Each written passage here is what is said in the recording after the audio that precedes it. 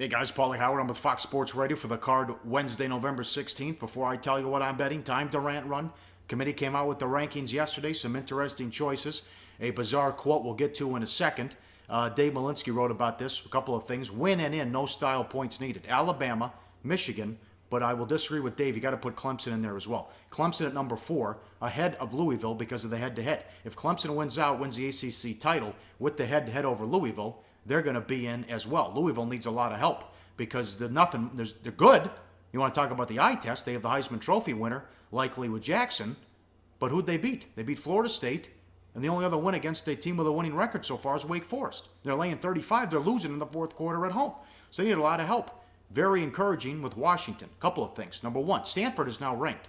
So that's another ranked team that they can put on a resume. It's 2. They play Washington State in the Apple Cup. They win that, it's 3.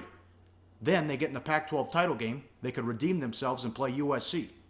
Or they'll get Colorado, who's sitting there at number 10, or a rematch against Utah. There'd be another one. So they could have 4 wins over ranked teams before it's all said and done. To me, that'll be more impressive than Wisconsin. Wisconsin's played a tougher schedule, but Washington would have the better wins. Also, Washington's ahead of Wisconsin right now. They're 6th, Wisconsin 7th, and Washington has an opportunity for some big wins coming up on that schedule. And they only have 1 loss to Wisconsin's 2. And you know what to do with the head-to-head. You know, the big conundrum's Ohio State at number 2. Ohio State probably going to get rewarded for not winning their division, because if they beat Michigan and Penn State wins out, Penn State will play Wisconsin in the Big Ten title game, assuming Wisconsin takes care of business. So that's a couple things to look at there as well.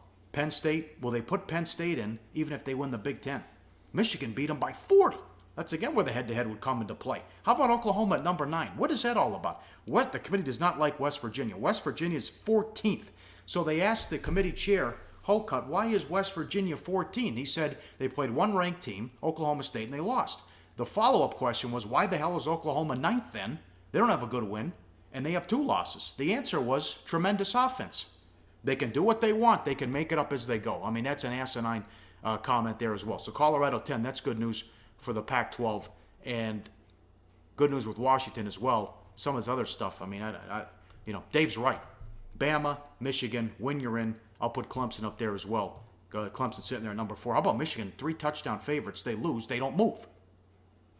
And the non-Power 5s, a lot of people were surprised by this. They still need another Wyoming loss. And they play San Diego State Saturday at home, and they're catching 10. Boise State's ahead of Western Michigan. If San Diego State beats Wyoming and Boise wins out, Boise will play San Diego State in the Mountain West Conference title game. Boise wins, they get to New Year's 6. No Western Michigan, who doesn't have a loss.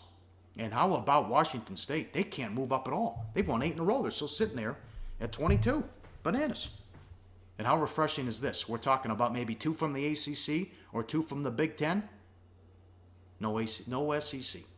No SEC, baby. Time to tell you when I'm betting. Some Big Feature Pro picks up at pregame. Sleepy's got a Big Mac game that goes tonight. Grab that pick. It's only $6, a Big Mac selection with Sleepy. Dave Essler is college football game of the year that goes Saturday. You want to get on board with that as the biggest play of the season for Uncle Dave. And Ben Burns is involved in the Saints and the Panthers on Thursday. A big ticket on that one as well. A big NFC South showdown for Ben. As always, betting half a unit on the free play. Sleepy likes the Lions at home against Jacksonville. Why not? What is Bradley, 12-43 now? Read his full write-up and analysis and all the free picks up at pregame.com. I've ranted, now I'm going to run. Good luck out there. We'll see you on the radio, and I'll talk to you Thursday right here on pregame.com.